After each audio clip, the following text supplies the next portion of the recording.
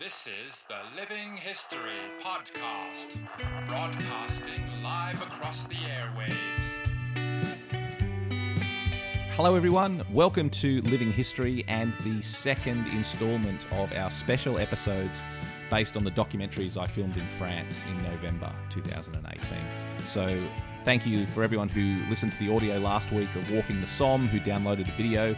This week we're doing a little bit of a departure from that Somme frontline fighting. We're going to look behind the lines. And I was very fortunate to go to some sites that were crucial in support and maintenance of troops behind the lines. And this is a really important part of the story. Wars aren't just won in the front line. What goes on behind the lines is just as important. And I was very fortunate to visit a couple of key sites related specifically to Australians, mostly in 1918. For example, we went to the underground city of Noir. Now, this is a series of underground chalk caves where Australians visited and then carved their names into the chalk caves.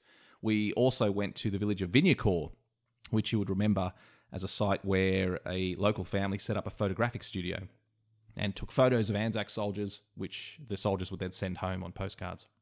So we toured the site there, where fairly recently they've uncovered hundreds and hundreds of glass negatives which show the original photos of the soldiers, and that formed the basis for a wonderful touring exhibition, the Lost Soldiers of Vincy Core, which toured Australia a few years ago. So it was great to go there and see the site where those photos were taken. And also, probably most exciting, we went to Bertong, as Bertangles, as it was known to the Aussies, the chateau that was Monash's headquarters in 1918, where these great battles were planned by General Monash and where he was knighted in 1918. So it was a really exciting episode to make. I really enjoyed visiting these places. We're going to incorporate many of these sites into our tours from now on. This was the first time I'd visited them. I hadn't been there before. This was my first opportunity to see them and to explore these sites, and they were just so brilliant that I've decided we're going to start incorporating them into our tours from now on.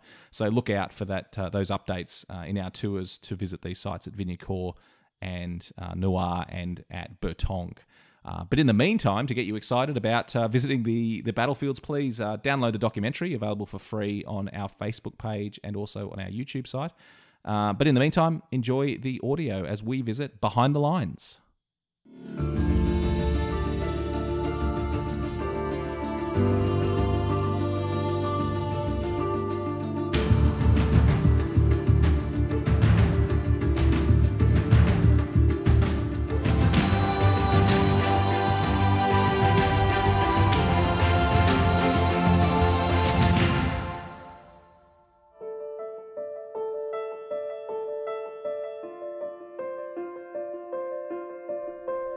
During the First World War, soldiers didn't spend most of their time fighting in big battles or even in the frontline trenches. They spent most of their time in villages like this one, in the rear area, resting, training, recuperating for their next stint in the line. On this episode, we're going to follow in their footsteps. We'll go to the places that they went, we'll see the things they saw, and we'll see the evidence that they left there as we explore behind the lines. You could argue that the war was truly won or lost, not in the mud of the trenches, but in grand houses like this one. We're on the grounds of Bertong Chateau in the Somme. It's north of Amiens and a long way behind the front lines. And as you can see, it's a centuries-old farming estate. There's a dovecote, an old mill just over here behind me, and it would always have been a very busy place. But during the First World War, this would have been a hive of activity for a very different reason, because this was a headquarters. It was a French headquarters and then a British headquarters. But most famously, in the first half of 1918, this was the Australian Corps headquarters. And some of the most famous Australian operations of the war were orchestrated from this very spot.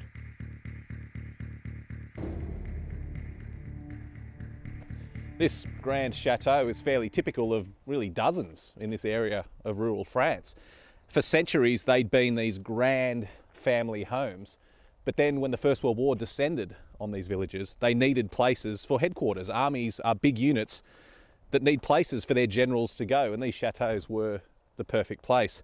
And it's interesting that each unit was headquartered in a grand building like this one, but the scale of the building tended to go up the higher you went in the units. So this was a corps headquarters for the Australians. As you can see, a fairly grand building.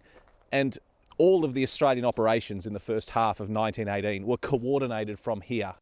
And leading the Australian forces was General John Monash. John Monash was a somewhat controversial character. He was of German and Jewish origin, which didn't make him a natural choice to command the Australians during the war. And he was also a citizen soldier, which meant that more seasoned military men and politicians, in many ways, were out to get him. But the thing I love about Monash is he did most of his talking on the battlefield. He was quite successful at Gallipoli, and by the time he came here as the commander of the 3rd Division, he'd really hit his stride. And he rose to the rank of the commander of the entire Australian Corps. All the Australian forces in France were under his command. And in this very place, he planned the great Australian offensives of 1918. The Battle of Hamel, the Battle of Amiens, the Black Day of the German army. They all were planned within these rooms behind me. And to demonstrate just how successful Monash had become, he was knighted on this very spot by George V. So there's really no better place to get an understanding of Monash and his great achievements, particularly in 1918. This is a good opportunity to talk about the concept of a Chateau General.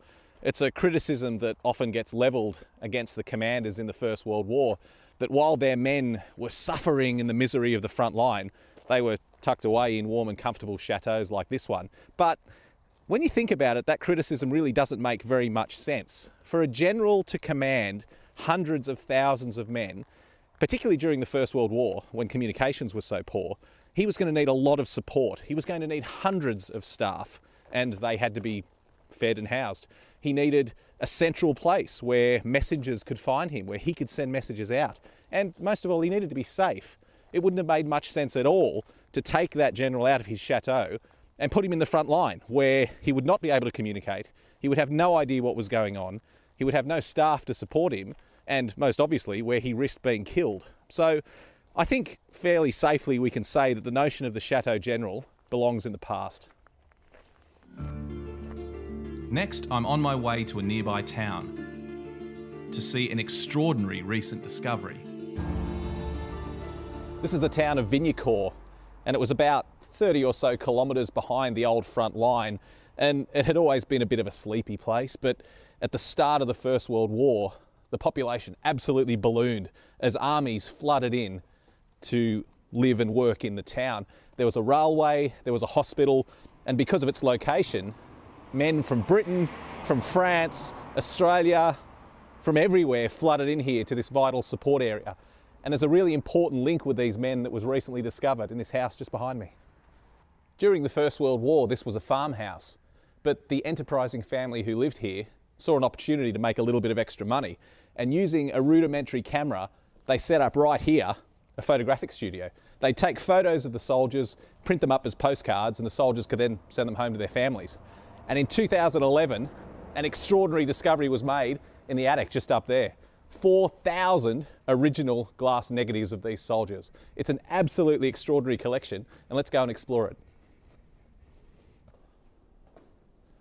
This is the former barn of the farmhouse, and in here they stored equipment and even took some photos occasionally, but it's now been turned into this wonderful exhibition space that tells the whole story of these glass negatives. And right here, here's the family themselves. Here's the Tullier family, Antoinette and Louis, and the stories that we've heard from the documents and from the people that work here have told us is that even though it was Louis who originally came up with the concept and had the equipment, Antoinette actually took most of the photos.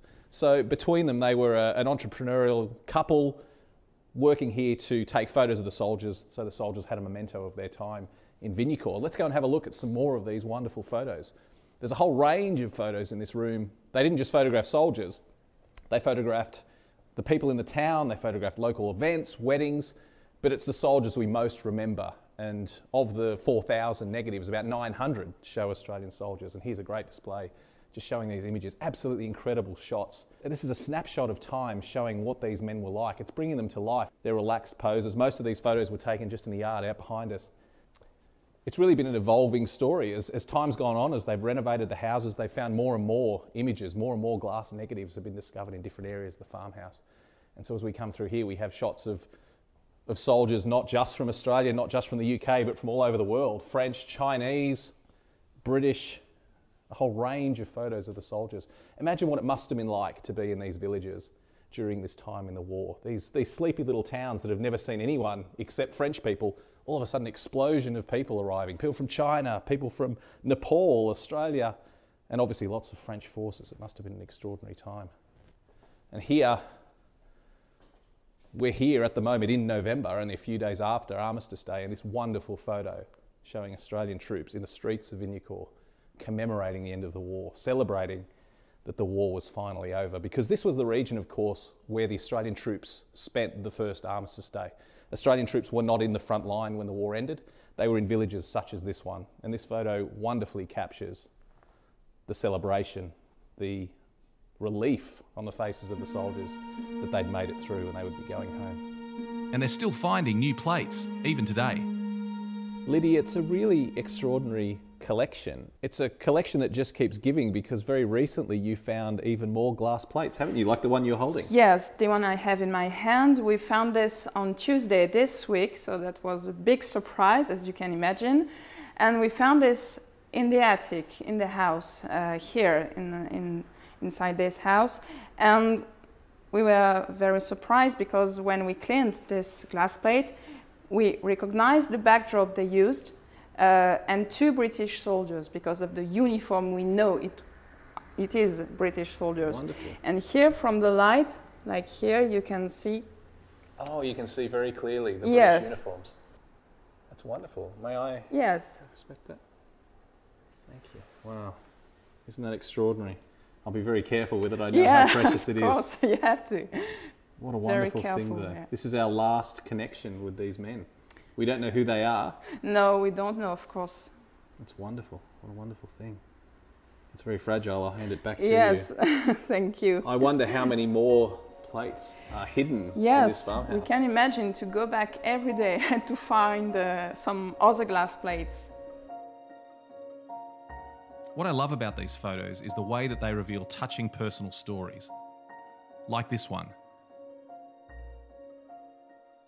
I'm standing in front of the local church in Vincy Core, and this was the spot where an Australian officer married his local sweetheart, and a wonderful romantic story that came out of some of the horrors of 1918. And that couple ended up staying in France. They never went back to Australia, and it really brings it to life, this wonderful collection of photographs. We're standing on the spot and really living the history. The fact is, soldiers had plenty of time to fill when they were behind the lines. They even had time for some sightseeing. This is the underground city of Noir, dug over centuries by local people for protection from war and famine. And in 1916, as now, it was a great tourist attraction. This is really a magnificent room. It's like a chapel built into the rock, and it's one of more than 200 rooms just like this, and over 1 kilometre of tunnels linking them all. So this is what the soldiers in the First World War were coming to see. When we say that soldiers were coming here to look at these rooms, to explore the tunnels, this is what they were coming to see, because there's great religious significance here. This was a place of pilgrimage for people. And for these soldiers who were facing imminent death, this was a place of respite to come and say a prayer and maybe hope that they'd make it through the fighting. The soldiers, when they were here, left their mark quite literally. They got their indelible pencils that they'd normally use to write in their diaries or to write orders, and they signed their names on the wall. And now we have this absolutely incredible collection of soldiers' signatures all over the wall. And not just signatures, information about where they were from. What you get when you're in this room, the feeling that you get, is these soldiers knew that every day they were facing death. And they didn't just want to disappear from the earth. They were trying to combat this idea that they would disappear from the face of the earth, literally without a trace. And so we see this quite often, that whenever soldiers went to places, they would leave their names, they would write their names, they would write their unit, they would write where they were from, so that they were leaving their mark on history. And there's no place like this one to really see that in action. I mean, we've just got everywhere. We've got British soldiers, Canadians, lots of Australians. Here's one here, 9th Battalion, the Australians. C. Fitzhenry from Paddington in Sydney. There's some French names here. Coming up this way, the East Lancs, a British unit. Again, more Australians. RM Farquhar from Scotland. And you just wonder, What became of these men? I'm standing in the same spot they were. My hand is in the same place their hand was when they wrote this, and what became of these men? It's like, it really is like standing with ghosts. There's quite a collection of Australian inscriptions over here, and this is the largest collection of Australian graffiti from the First World War anywhere in the world. There's just, the walls are scoured with signatures, information about Aussies. But here's a Victorian from the 14th Battalion, and he's put the date here, the 19th of July, 1916. That battalion within weeks was in the mincing machine at Pozières, so who knows if this soldier survived that ordeal. But just, here's one from New South Wales, and Dougal from New South Wales, 1916. HFC Baker from South Australia. Again, July 13, 1916, so just before these units were thrown into that mincing machine on the Somme. I wonder if these men knew at the time. I wonder if they'd received orders then that they were going up to the front line and this was their last chance to be in the peace and quiet behind the lines before they went up there. Or did they not know? Was it a surprise to them when they went up? Who knows what they were feeling when they stood here.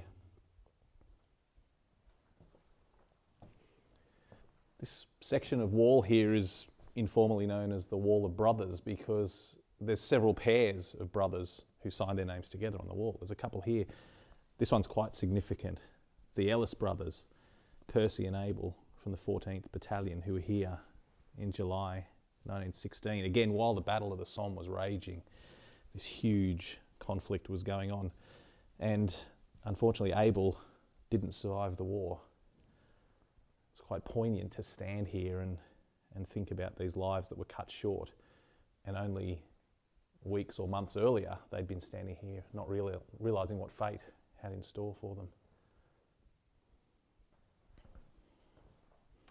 A funny thing I've noticed about these inscriptions as I move through the caves is that it seems as though the privates and the enlisted men put their names quite low down on the wall and the officers saved the high points for themselves.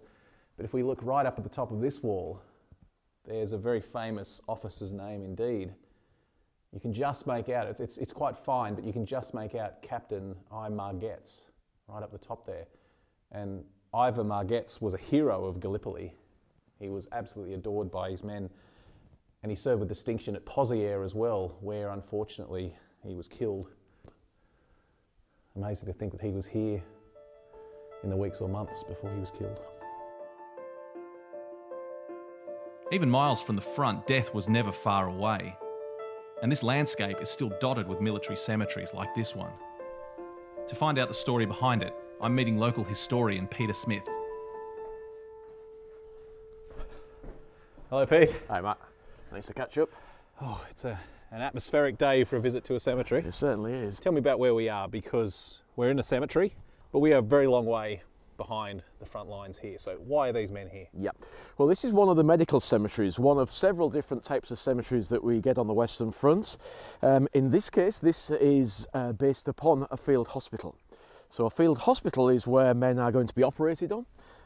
Hopefully they're going to survive, but in many cases, sadly, they're not. So just so I've got this clear, this is men wounded in combat. It is. Carried back well behind the lines. Correct. And then sadly dying while being operated on in hospital. Almost certainly they will have been marked for transfer back to England, because these are men that are seriously wounded. Sometimes penetrating body wounds. They need surgery to aid their movement further back. In other words, they're not going to survive unless they're operated on in these kind of positions here, the field hospitals. These men sadly are not going to get beyond that field surgery, and they're going to sadly lose their lives and be buried here. So it could be a penetrating body wound, it could be sadly a partial amputation that needs to be sorted out. Again, it's about keeping them alive to move them further to the rear. The type of medical care they could get in a tent in a field like this, they must have been fairly basic. Yeah, it is. It's not just tented. There would be huts here, and they may even have been using some of the buildings within the village. So they use whatever they could find. But this is far enough behind the lines not to be under shell fire, so that they are quite able to build more permanent locations, more permanent buildings at these locations. One of the things as I've been glancing at these headstones is I've noticed that a lot of the inscriptions on them seem a little bit bitter. It seems like the family inscriptions are there's a little bit of anguish there, there's a little bit of anger almost. Why is this different to the glorious inscriptions we often see on cemeteries closer to the battlefield? You're absolutely right. For those families, it was that knowledge that they were so close to making it home. They were so close. That wounding could have been a blighty wound, a wound that will take you home. It's just heartbreaking, really, in many ways. That feeling of, yeah, on the way home, but not getting home.